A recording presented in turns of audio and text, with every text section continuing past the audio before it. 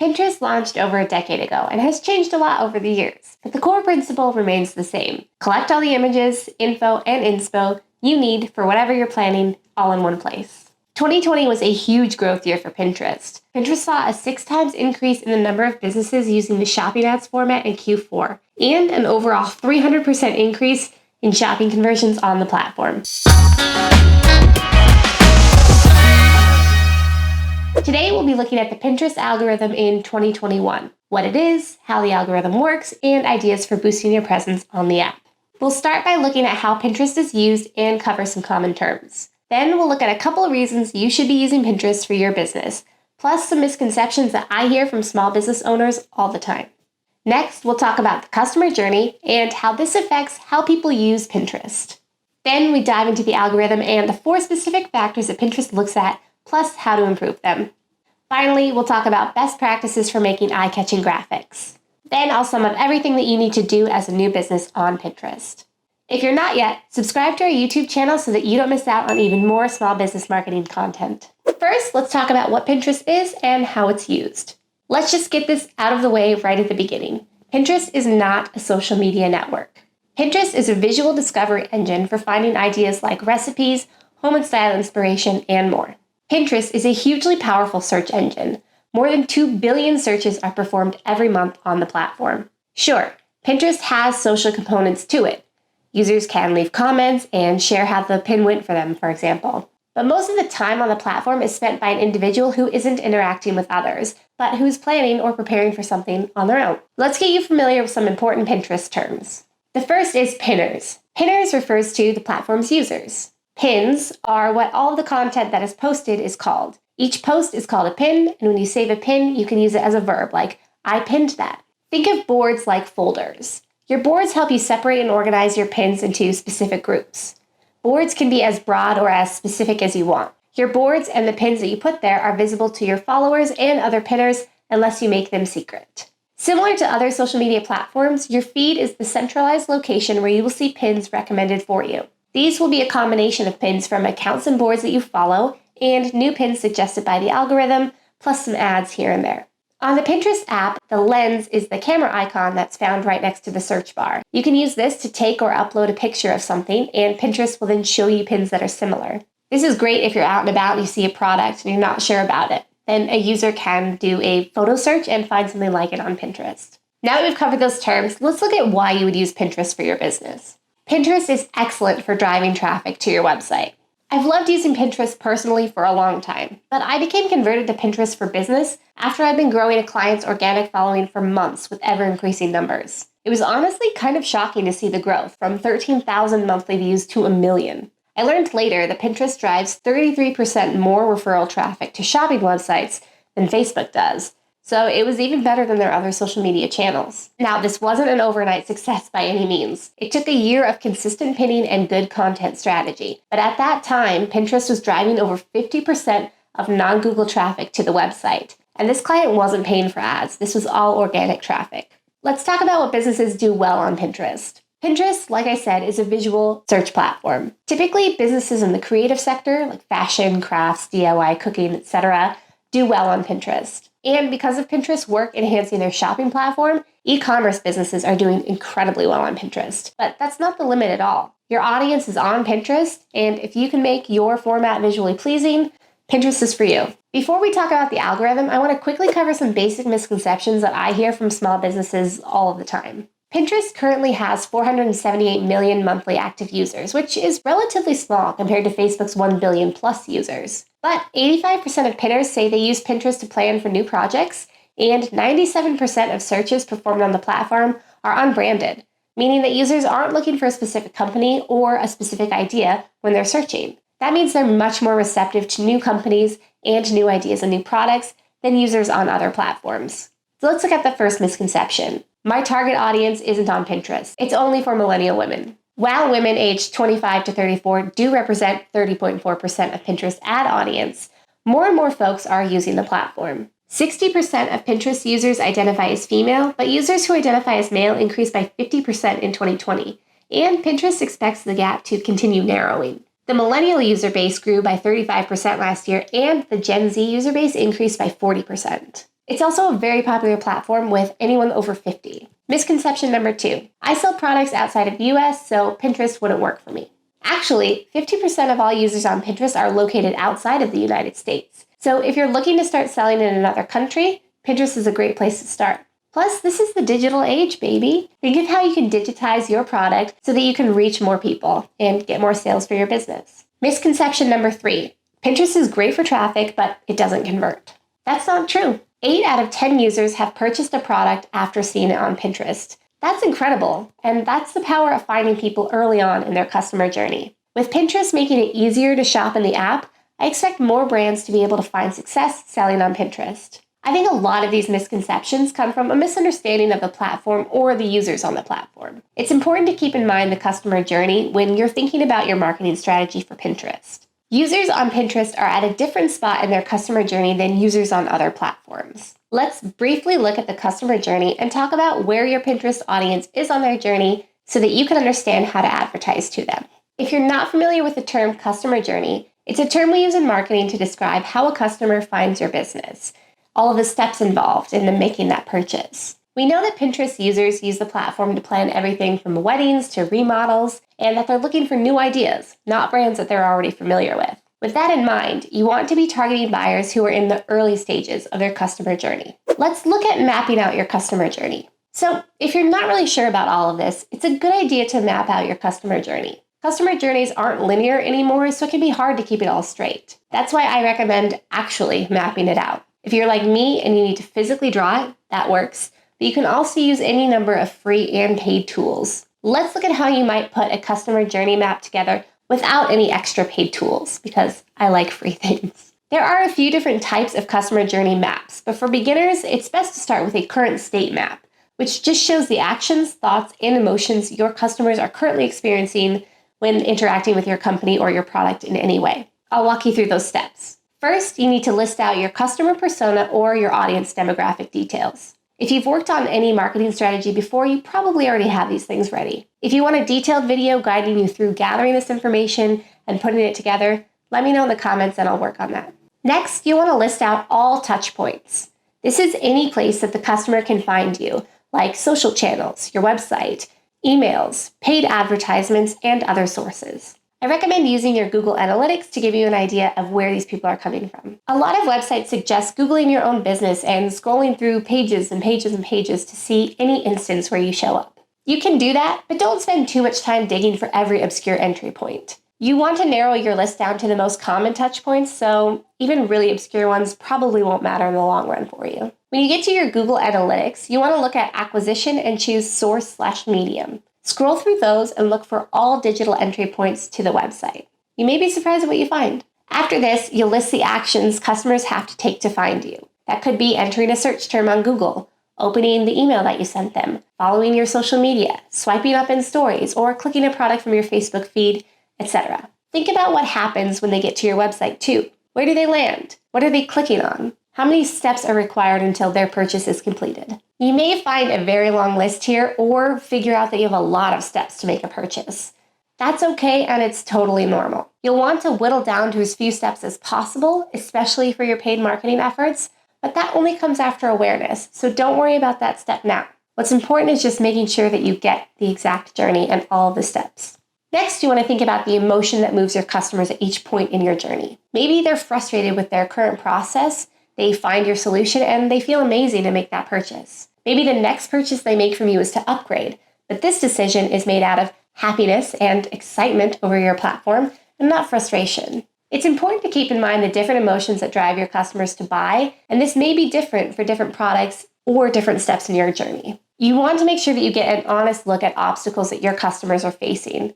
This can be tough to do because it can feel like you're just attacking yourself, which none of us like to do. But you do need to look at your product, your business, and your current customer journey and figure out what's stopping folks from buying from you. Are they concerned about refunds or legitimacy? Are they surprised during checkout by extra fees or shipping charges? Do you have a lot of abandoned carts for some reason? Did their coupon code expire? Are they using something similar and they think it'll be a hassle to switch everything over? Finally, list any resources you have or need that can help you improve the customer journey. Remember, you will find holes in your processes and places that you can improve, and that's a good thing. You just need to make sure that you have the resources, or you know what resources you need to get so that you can improve those steps. If you're not sure what your map should look like, the short answer is whatever makes sense to you. You can Google customer journey map examples, and as you can see, they can be as simple or as complicated as you'd like. I recommend checking for templates for your specific business type. For example, customer journey for e-commerce business. It's nice to get a bit of a head start on the brainstorming part, so I like to use templates when they're available. It's important for you to take the journey that your customers take. Do an undercover boss scenario if you want to, or just place an order online since that's a lot easier. Your goal here is to experience your business like a customer. You know your business intimately, and you love it. And your website is like your second home, so you may not be able to see blocks or issues that your customers see because of your knowledge and your familiarity with your product and platform. When in doubt, become the customer. Okay, now that we've covered customer journey, let's talk about the algorithm. These days, when you mention an algorithm, most marketers or small business owners are like, ah! Many advertising platforms and social networks are not upfront about how the algorithm works, and updates or changes that they make to the algorithm are often underexplained and throw a wrench in your marketing plans as you react to the changes or new features. Fortunately for us, Pinterest shares a lot of information about what makes their algorithm happy. Here are the 4 main ranking factors that Pinterest considers when deciding what to show to users: domain quality, pinner quality, and topic relevance. This is what makes the algorithm happy. But what does it even mean? Let's get into the nitty-gritty and talk about each in detail. Let's look at domain quality first. This is the overall quality and trustworthiness of your website. Other search engines like Google rely heavily on domain quality to decide which results to show to which users. Some of the factors Pinterest uses to decide domain quality are how many users pin images directly from your website and how long users spend on your site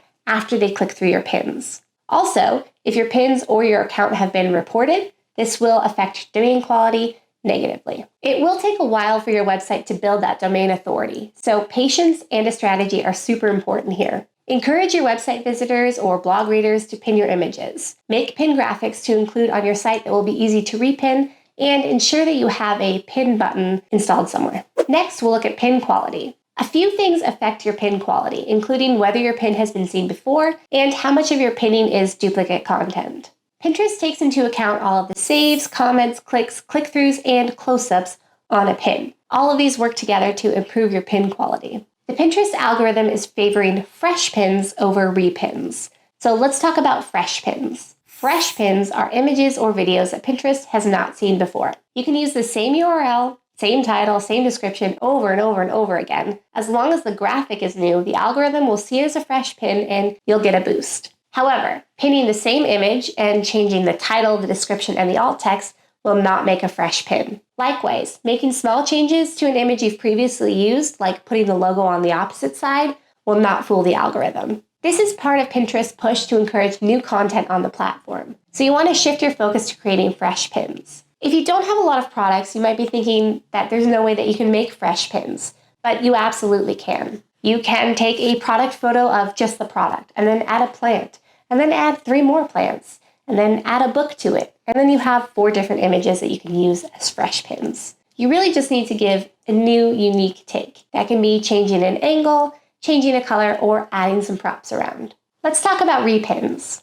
Pinterest's latest best practices recommend avoiding sharing the same pin to more than 10 different boards. If your strategy before was to pin your pin to as many boards as possible, you'll need to make some adjustments here. The algorithm will limit the reach of your pins if you're adding them to as many boards as possible. You also need to watch your pinning frequency. Don't pin more than 50 times a day, don't repin the same thing to more than 10 boards, and wait 2 days before you pin to the same board again. Pinterest used to love super pinners, but now you've really got to rein it in. Now we'll look at pinner quality. Pinterest weighs your domain and your pin quality, but they also look at you as a pinner. The more interactions you get on your profile and with your pins, the higher your pinner quality. Getting those engagements is really important. To improve your pinner quality, you need to pin consistently, focus on fresh pins, repin, comment on, and share other people's pins, and save good quality pins. It's also a good idea to have group boards where other people are sharing pins to your boards. I know I'm really driving these points home, but that's how important they are. You'll notice that each of these factors works together across each category, so improving one will help improve the others. Let's look at the fourth factor, which is topic relevance. Topic relevance is referring to your keywords. How closely related is your pin to the search term that the user entered? Good pins arrive at just the perfect time for each person who clicks or repins it. Since we know pinners are planners, we know that they're looking for specific topics or products, and ideally, you want to hit trending topics and products to maximize distribution of your pins and traffic to your website. What does that mean? It means keywords are your life.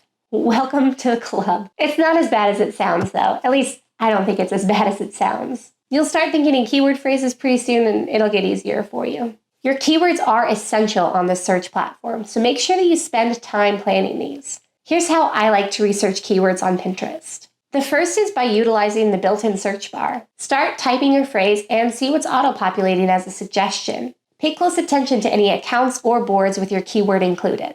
Notice that you can search through Explore or Shop. You need to set up a store if you sell anything by clicking here. You can also filter your search for specific types of media and can add pricing or seller filters in the shop category. Use Pinterest trends to see what's popular and search those terms in the search bar. We'll talk about Pinterest trends a little bit more in detail in a minute. Use a keyword tool like Keyword Planner from Google. You can use your website and have Google suggest terms if you're just blanking by entering your website in and clicking Generate Keywords. Use a keyword planning tool like the Keyword Planner from Google. I like that one because it's free. You can enter your website and have Google suggest search terms for you if you're blanking, or you can enter your topics and see what search terms comes up. Be sure to run each of these keywords through Pinterest to make sure that it's relevant on that platform as well. After you have your keywords selected, you need to put them in the right place. You can add keywords to your username, your business name, your profile bio, your board titles and board descriptions, and your pin titles and pin descriptions.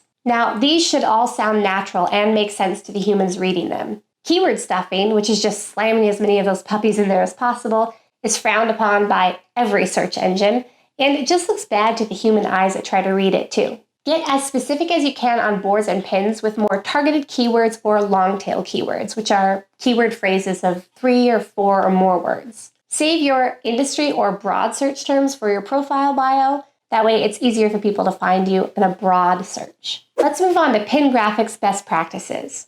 Remember that Pinterest is a visual search engine. That means your keywords matter because they're entering that to find you, but your images and your videos matter just as much because that's how they're making the decision for what to click on. If your images aren't attractive or engaging, there are a bunch of other options for searchers and they will scroll right past yours. So make sure that you use a high quality image or video. Use good lighting. Natural lighting is free. A quality camera. There are very affordable options online, and most smartphones take excellent photos now, so the camera should not break the bank. You want to make sure that you go vertical, not horizontal with your pins. Long graphics do much better on Pinterest than short graphics. And use text on your graphics, but not too much text. Keep it focused and clean. CTAs or call to actions are great to use here. Remember that most folks are reading this on their phones, so don't put too much into the graphic. You want to include your logo on every pin that you publish, and if you have a freebie, give pinners a preview and be sure to call out how free it is. They love free things. And of course, don't forget to link to the right page on your website. Let's look at how to use Pinterest tools to research topics and plan your content in more detail. I want to show you a couple of tools that not enough small business marketers are using for improving their pins and content. We know that pinning currently trending topics is going to help give us a boost and help new people discover us, but how the heck do we know what to create? If you're too busy to keep up with all of the trends, well, same, and I've got a workaround. Actually, I have 2 workarounds. The first is Pinterest Trends. This tells you what's trending on Pinterest now. This is a great way to see how you can fit your products, services, or business into what's popular right now, and look at the overall popularity of the term over time. Is it growing or is it declining? Is there a season where the term is more popular than others? Use this in planning for future products. Let's go to Trends and see how it works. When you enter your search term, you can see what's trending and the overall popularity of the term, as well as the most popular posts. These are super helpful to look at. Use this as a place to brainstorm ideas for products you can make, services you can provide, or content you can offer that hits on those trends. I found that the trends on Pinterest have a longer life than, say, the trending sound on TikTok or a hashtag on Twitter. So it's okay to use this for longer term planning. Now, maybe you already know what's trending, or you've already launched your collection for the season or the year, and you can't afford to go back to the drawing board. You'll need to know what's going to be popular before it's popular. Before, it took a lot of detective work and social listening to guess upcoming trends. Now, though, we have Pinterest Predicts. For full disclosure purposes, I should probably tell you that I'm a little obsessed with Pinterest Predicts. Last year, 8 out of 10 of their predictions were correct, and this year it's looking pretty promising too. I've loved using this tool for near future planning for my clients. Let's look at Pinterest Predicts. Unlike trends, Predicts is forecasting future trends. These are all the things that Pinterest thinks are going to be big this year. Now, take this with a grain of salt, but remember that 8 out of 10 of Pinterest predictions for last year were correct, so I think it's a pretty safe tool to use. You can browse around the website on this page, but I prefer to download the PDF report so that I can read their actual stats and explanations that they give. I'll show you how to do that quickly. If you look at the PDF to see what Pinterest has predicted for the year, you'll notice a lot of DIY and small space focus. There's an emphasis on bringing the wide world into our own homes, and at least some of the trends of quarantine, like the home office and cozy spaces, are here to stay for a while. Look through the ideas and figure out how you can create a new product, tweak an existing product, and add these topics to your content calendar to be on the front foot. You always want to put your own unique spin on the topic and meet your customers' needs. Let's sum up what we learned today and everything you need to do as a business when you get on Pinterest. The first thing you need to do is create a Pinterest business account. You'll want to claim your website and other social media accounts as applicable. Then you want to enable rich pins. Focus on creating fresh pins and pin consistently, around 10 times a day. You want to schedule these to maximize your time so you're not spending all of your time on the platform. Don't forget to do your keyword research and use Pinterest Trends and Pinterest Predicts to improve your content and optimize potential traffic to your website. So that's pretty much everything that I've learned about the Pinterest algorithm in my experience on the platform using it personally and helping clients grow their accounts organically. I hope this helped make the algorithm a little less intimidating. It does take time, so be patient. Just make sure you have a good strategy and you work on your consistency. And it's okay to improve over time. In fact, you will. Your first pins will never be as good as the pins that you're pinning now. As always, focus on quality over quantity. Do you have questions about the Pinterest algorithm? Do you want me to cover a different topic? Maybe something you're currently struggling with or confused about? Let me know in the comments and I'll be excited to make a video for you. I am a big believer in Pinterest. It's a huge driver of traffic and is an ever-growing search engine that can make all the difference in your small business marketing. Give it a try and let me know how it goes for you. Remember to subscribe to our channel so you can get our free weekly small business marketing content. Thank you so much for watching. I'll see you in an upcoming video. Happy marketing!